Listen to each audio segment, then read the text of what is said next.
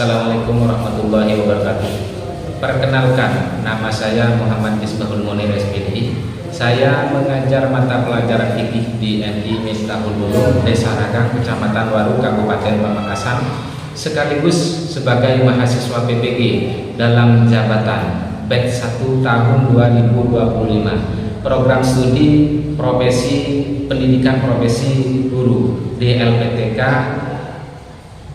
Universitas Islam Negeri Alauddin Makassar dengan mata pelajaran fikih dengan nomor induk mahasiswa 21000124147. Pada hari ini, hari Senin tanggal 12 Mei tahun 2025, saya akan melaksanakan praktek mengajar uji kinerja dengan nomor daftar ujian 20252194451 pada materi tanda-tanda usia balik, materi kelas 4 dengan model pembelajaran problem based learning. Semoga video ini bermanfaat dan selamat menyaksikan. Wassalamualaikum warahmatullahi wabarakatuh.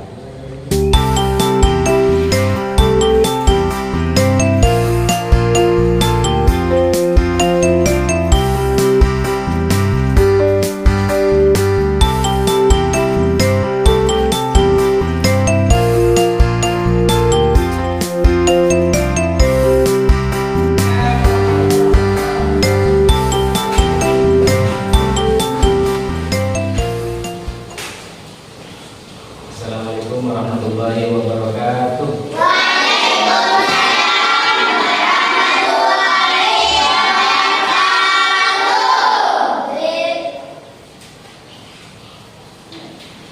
Bagaimana kabarnya pagi hari ini?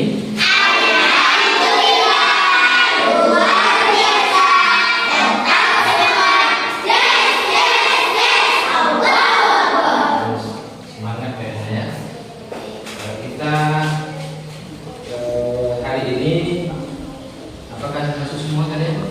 Masuk.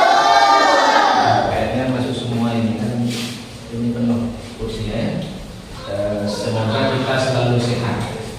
Amin. Baiklah, pada kesempatan kali ini kita akan belajar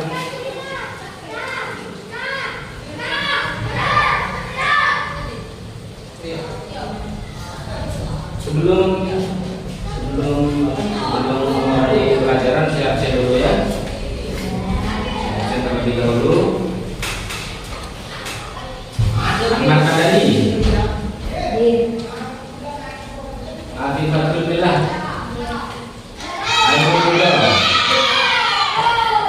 Zakira Zara, Fadihatul Jannah, Khairul Umamidin, Nabi Muhammad Sali, Muhammad Rayhan Hidayatullah, Muhammad Syairul Abdali, Qurratul Aini, Salidah, Sofia. Baiklah. Bagaimana? Sudah siap belajar hari ini? Siap. Agar lebih semangat, saya ingin tahu sampai di mana kesemangatan kalian belajar pada hari ini ya. Baiklah, tepuk semangat, tepuk semangat.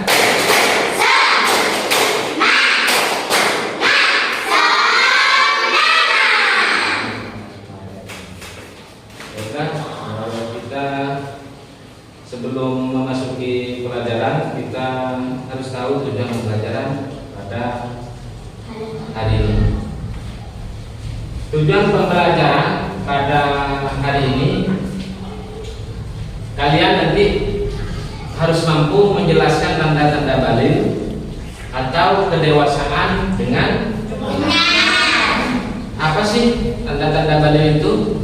Ada yang tahu? Silakan. Menstruasi, bagus. Tepuk tangan. Barangkali ada yang apa sih menstruasi itu? Ada yang tahu menstruasi? Keluarnya darah dari rahim perempuan dalam keadaan sehat. Betul sekali, tepuk tangan. Barangkali ada yang yang tahu lagi tanda-tanda balik? Yang lain? Ada yang tahu? Apa? Tua. Betul apa betul? Terus tepuk tangan. Nah, kita sekarang akan melihat gambar ini. Perhatikan gambar berikut dan jelaskan. Ini adalah gambar. Silakan diperhatikan. Ini ada yang bisa menjelaskan tentang gambar di depan ini? Silakan. Bos, pertumbuhan manusia dari bayi hingga dewasa atau hingga tua. Bagus, tepuk tangan.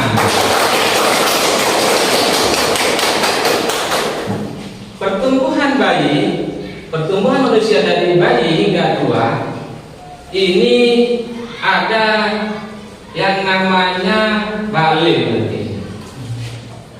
Dari manakah orang ini? Dari manakah manusia ini dikatakan balik? Apakah dari sini? Apakah dari sini dinamakan balik? Tidak, ya? Apakah dari sini? Tidak. Apakah dari sini? Tidak. Apakah dari sini? Tidak. Apakah dari sini? Tidak. Jadi ini sudah dewasa. Tapi menurut ilmu fikih, dari segi usia itu berbeda-beda. Jadi untuk lebih jelasnya kita harus tahu balil itu dulu. Jadi menurut ilmu fikih balil itu sampai usia berapa? Ini menurut fikih berbeda-beda. Jadi sebelumnya kita harus tahu balil itu apa.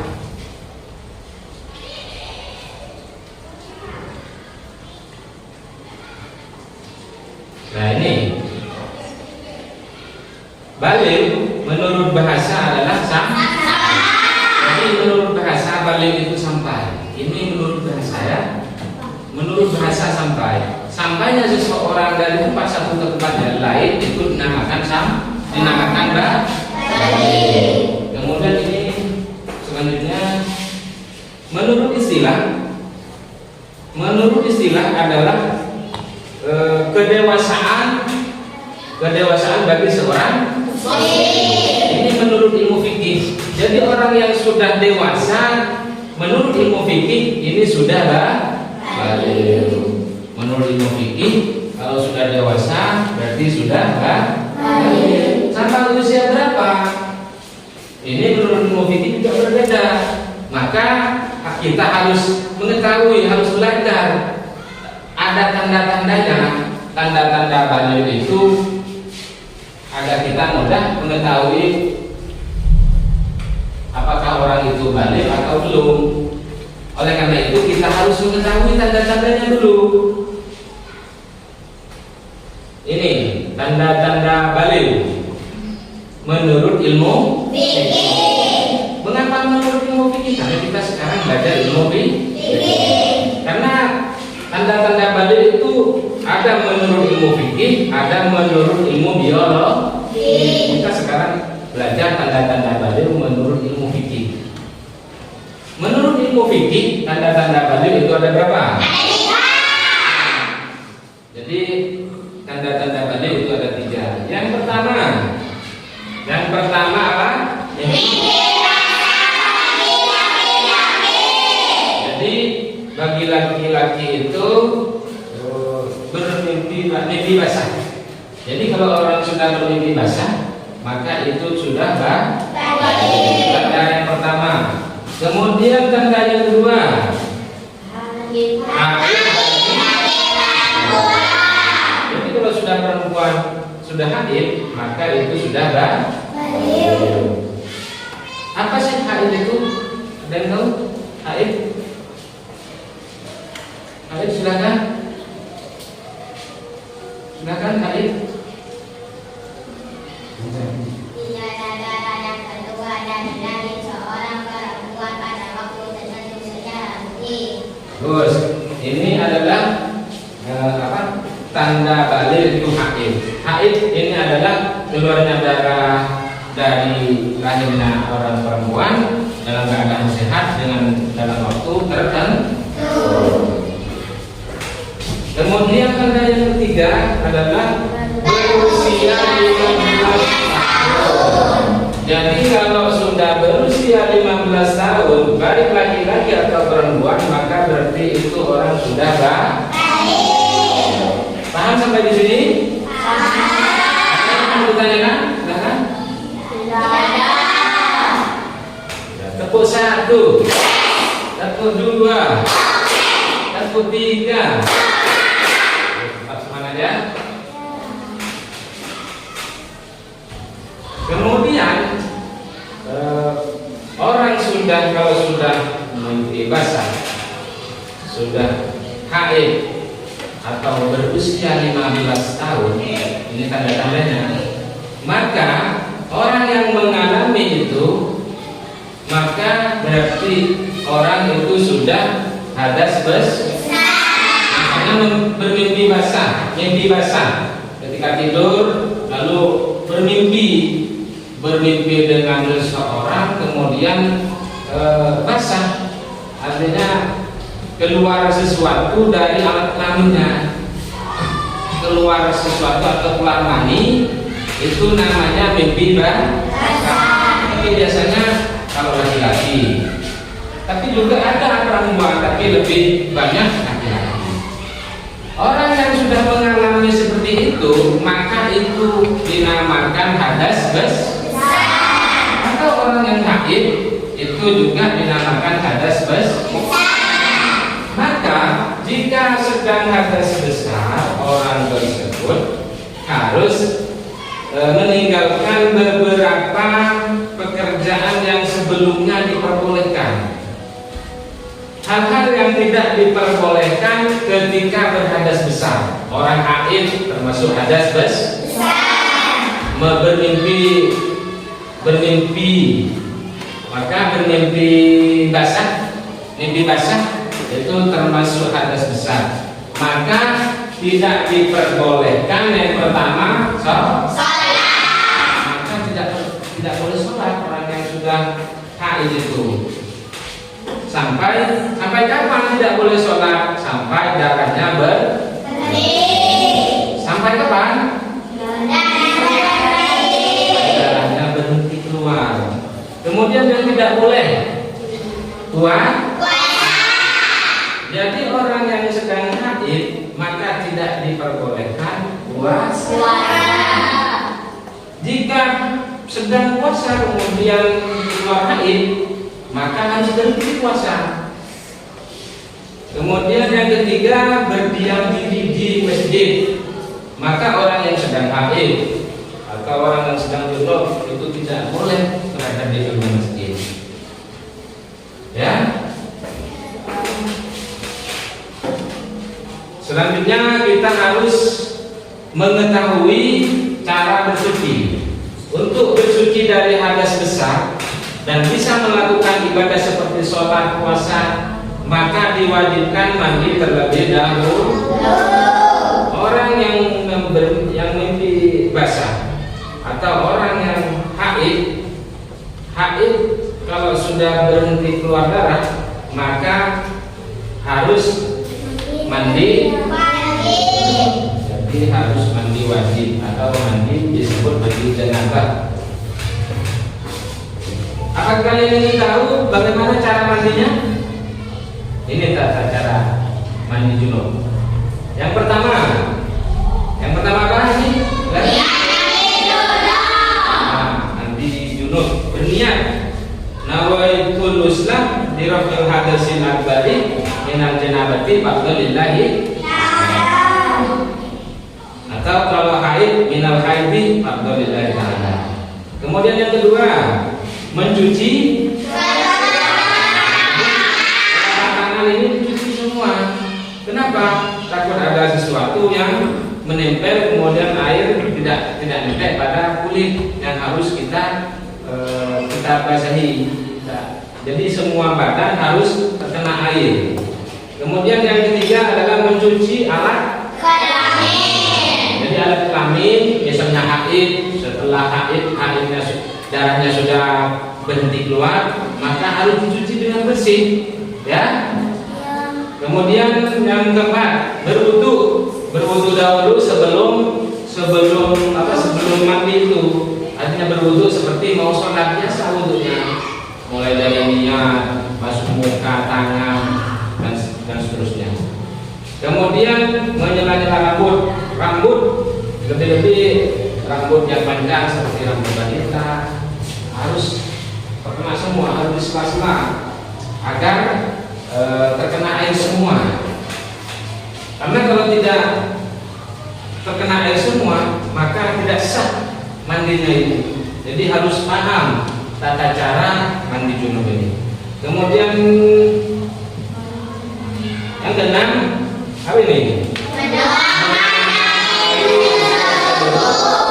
Jadi dituangkan air ke seluruh tubuh, jangan sampai ada yang tertinggal. Kemudian membasuh kaki, jadi kaki semua kaki semuanya harus bersih. Paham? Ada yang mungkin perlu ditanyakan? Coba sebelum dilanjut, apa saja tanda-tanda balik? Ada berapakah tanda-tanda balik? Ada 3. Yang pertama, tanda-tanda balik yang pertama, nanti basah. Kemudian yang kedua,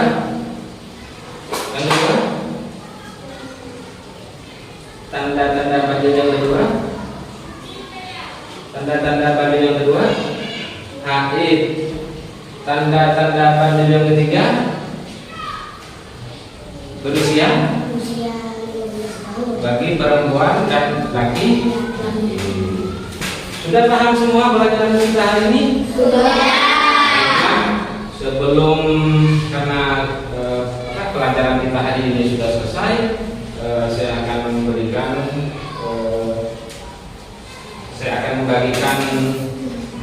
tugas kelompok secara berkelompok, ya. Silakan berkelompok seperti yang kemarin saya buat menjadi 3 kelompok. Dipersilakan.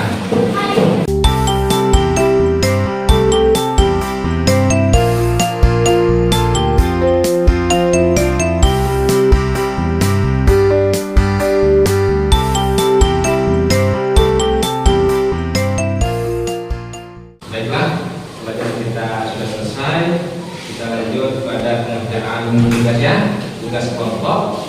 Ketentuannya ini saya bacakan. Setiap peserta didik ini ada beberapa orang, ada ini 6, ada 4. Ini bekerja secara kelompok, ya. Kemudian setiap kelompok ini nanti harus menyelesaikan permasalahan yang ada di LKPD. Ini sudah ada di LKPD-nya. Nanti saya akan kasihkan setiap kelompok. Kemudian setelah selesai nanti setiap ketua kelompok ini harus presentasi ke depannya satu persatu setiap kelompok, ya. Baiklah, silakan dikerjakan.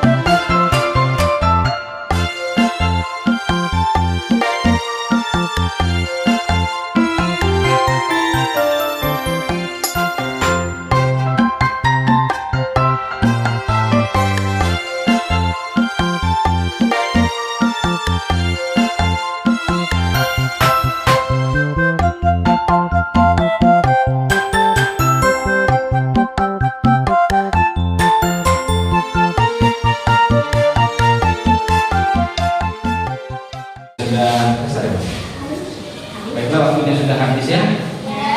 Sudah habis waktunya mengerjakan kelompok.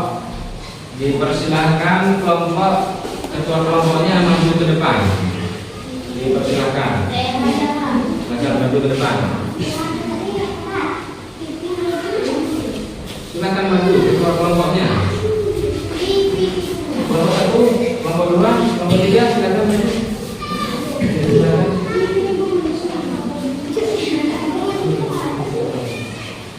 Silakan dipresentasikan hasil kerja kelompoknya, dibacakan ini.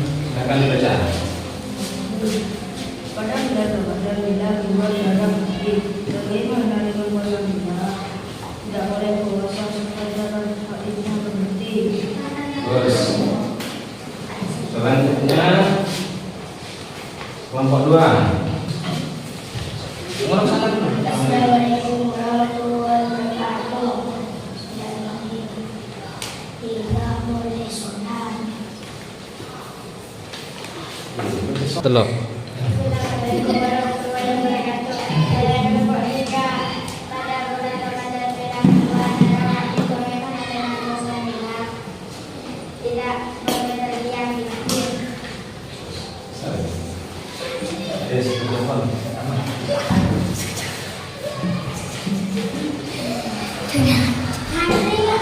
Baiklah, anak-anakku sekalian, pelajaran kita kali ini telah selesai dan kita telah mengetahui tanda-tanda balil. Tanda-tanda balil kita simpulkan secara bersama-sama. Tanda-tanda balil itu ada berapa?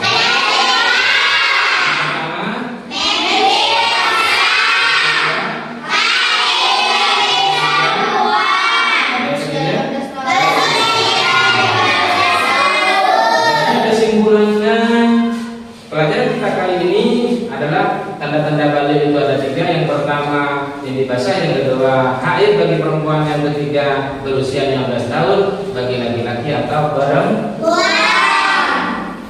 Dan kita akan belajar tanda-tanda balil pada minggu depan menurut ilmu biologi.